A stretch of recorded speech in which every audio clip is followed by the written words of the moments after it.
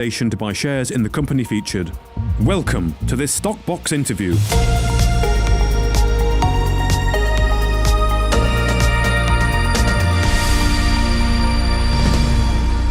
On Stockbox today, we're joined again by Paul Johnson, the CEO of Power Metal Resources. Hello, Paul. How are you? Hello, Mark. I'm fine. How are you doing? Yes, very good. Very good. Thank you, Paul. So there's been a lot of news recently again from Power Metal Resources. And of course, you had your finals that came out. First of all, before we go into that, just tell me in a few words, how do you feel? How do you feel right now? Oh, this follows on from our discussion about the general market conditions and how the shares are generally coming under pressure.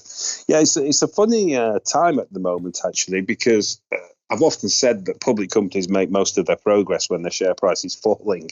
And it's a busy time for us. We've been doing various things, as you can see from the market news. We've been working on our final results, something that was very important to us after all the challenges last year with the COVID-related delays on getting results out. So we wanted to do it promptly. And we had some great support to do that. So as a business, we're in a great place. We've got some fabulous projects across the world. We sat with well over £3 million of working capital to deploy. We've got no debt. We're in a much more advanced stage of exploration on a number of our project interests, and we're kind of waiting for news. So it's an exciting time for us.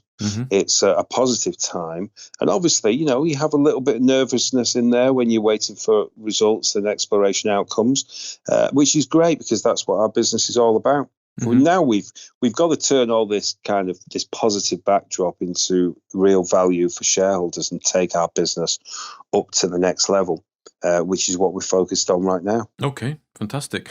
Well, just looking at your results there, of course, results by their nature are an historic. They're looking back in time. And of course, with Power Metal Resources, with so many projects in the portfolio there, it is a very big document. Can you give investors some of the key takeaways? Yeah, I think I said in an audio recording just after the results were released that I don't think a lot of people look at final results or interim results with too much detail, if at all. And I kind of get that because they are historic. So when you write the final results as a director, what you have to do is, in our case, I had to stand as if I was at the 30th of September and looking back over the year before then. And then you write all that down, given the status of the company, and then you have to add in as you go along before you release your audited results, as we did yesterday. You have to add the post-balance sheet events or the events since the year end to bring the statement up to date. And so very much it's a historic statement. It doesn't kind of give anything new. It just brings together the events of, really the last 15, 16 months in the business. So I suppose the takeaway point is if you look at that statement, you'll see the amount of activity that's been going on within the business. You'll see the varied different things we've been doing, both corporate and exploration. And over the period, you'll see that we've shifted from the more heavily corporate focused work into a lot more active exploration since the year end. Partly that was down to the COVID-19 restrictions in place that really stopped a lot of active program work from happening, in spring and summer 2020 and pushed things a little bit back into the autumn. So we had a lot of programs starting on the ground in summer and autumn of 2020. And partly it was actually our timing anyway to get the corporate structuring of the business done to a certain point and then to switch and focus resources on active exploration. So, I think my key takeaway message is activity and the extent of activity within the business. Okay. So what's going on then, Paul? What's coming up? What can people, and I hope yourself, get excited about in the short term? Well, there is so much going on that it's difficult to kind of cram it into a few minutes. But if we focus on the fact that the model is a dual model of active exploration to find major metal deposits alongside vend out of certain of our interests to create value on the balance sheet for Power Metal Resources. So taking some of our project interests, putting them into listed vehicles mainly, taking equity, so shares, warrants, royalties, and so on, and then building up our balance sheet to make us even more financially strong than we are today. So that's our model. We've got some proactive stuff happening in exploration in Botswana, where we're midway through the drill program at the Malopo Farms complex, and we are waiting for assays. We just announced about that, so that's a very exciting time for us. Targeting major nickel nickel sulfide PGMs. We've got the assays awaited at the Heneti nickel PGM project that we have in partnership with Katoro Gold, and that's literally waiting for the results to come in to determine next stage on that. So again, very exciting exploration results. We've got the geophysics program running in the DRC at Kasinka. This is a big 7 kilometre long copper cobalt anomaly that we're looking into, and we're hoping to drill pretty soon based on the geophysics. The Alamo Gold project in Arizona, we're midway through that at the moment in terms of our early stage exploration, and just working through lots of different things. And started our program for exploration in Australia in the Victoria Goldfields, where we have applications in for circa 2,300, or we had applications in for circa 2,300 square kilometres of ground. We just had 3 of them granted, so 215 square kilometres granted, and we're waiting for some further grants, hopefully in the not too distant future, with active exploration there. So we are peppered with different projects that, we might get exploration results from, or we will get exploration results from in the relatively near future. But it's not just the exploration side; it's the corporate side as well. Mm-hmm. Great. So that's some things that we can look forward to in the near term. Just remind me, how many projects does Power Metal Resources have in its portfolio? Well, we have circa, it depends on how you group them, but circa 10 projects. 10 projects. And of course, I've done a terrible disservice there to our strategic joint venture in Botswana with Kavango Resources, also listed in London, with the Kalahari Copper Belt and the Ditau Camp projects, where we're conducting active exploration on the ground as well. Okay. There's so much on there, I can't remember during an active interview. No, well, you can't be blamed for that. But I wonder if I can give you a little slight challenge. Can you list the 10 projects and their geographical location and what it is that you're searching for? What commodity is it? You actually giving me a challenge. Oh dear. Australia, Victoria Goldfields Gold. Botswana, Malopo Farms Complex, Southwest Botswana, nickel PGMs in partnership with Kalahari Key, our local operating partner. Botswana, Kalahari Copper Belt, 50% ownership in partnership with Kavango Resources, searching for copper silver just near T3, where we made the big discovery back in 2016. Ditau Camp projects in Botswana, which is a rare earths focused project, 50% held in partnership with, again, Kavango Resources.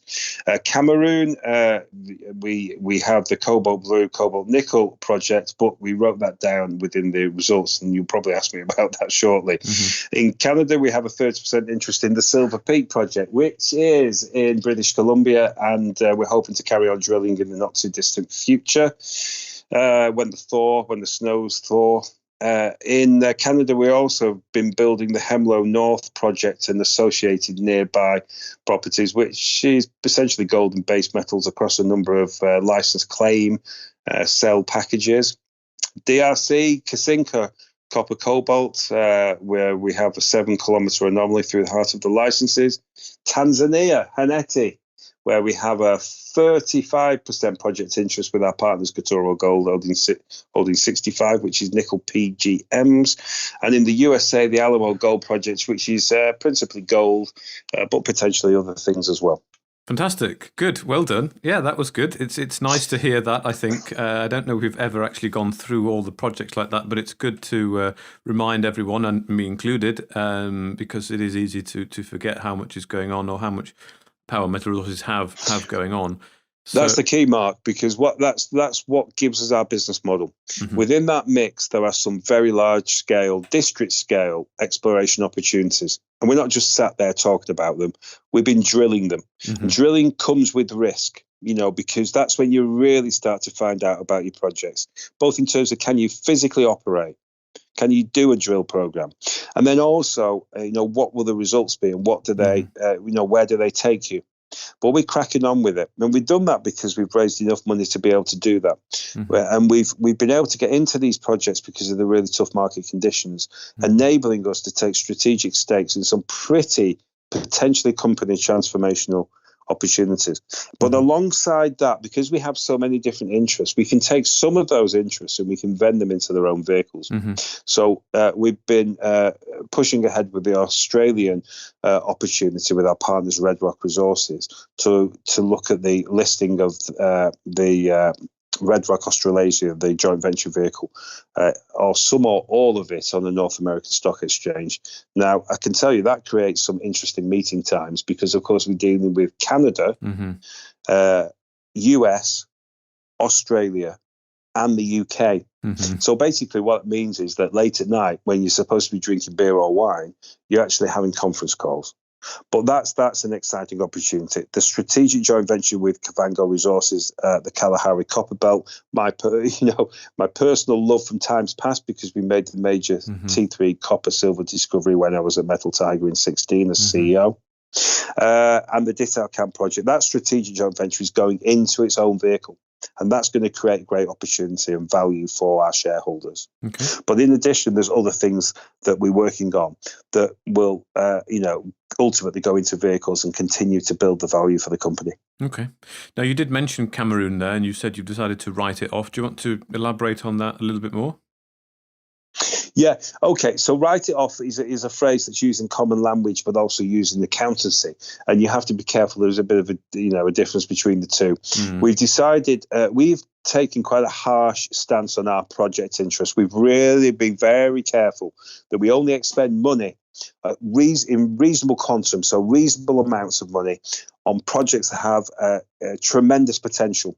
Now, we've always felt that Cameroon had tremendous potential, but we were also aware that it had to be carefully managed because in order to get a proper understanding as to the opportunity there, it would require a pretty significant amount of money.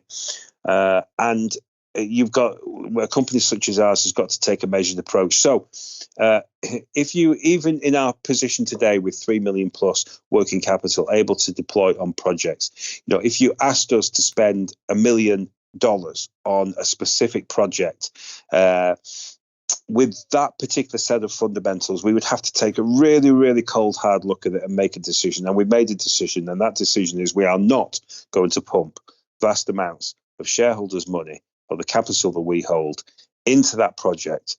And unless and until we can find an alternate solution that's acceptable, we do the prudent thing and we write down the valuation of that project in our accounts, which is what we've done. And I want people to know as well that as a business, we're not just going around collecting projects, building the number of projects and just building the overhead in the business. What we do, we will along the way take a look at some of these interests and we'll say, do we really want to push ahead? And if we don't, we'll stop it.